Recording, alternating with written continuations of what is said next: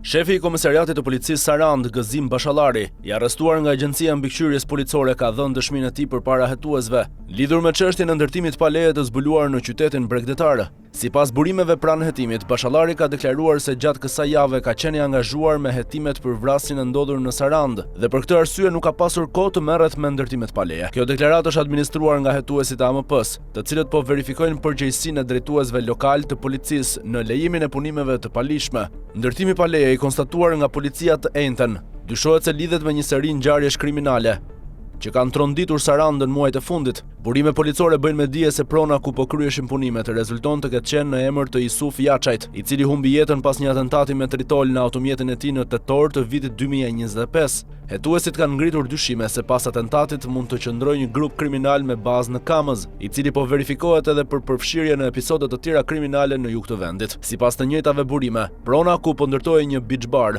dyshohet se ishte marrë me forcë nga ky grup, me synim për ta vënë në funksion gjatë sezonit turistik.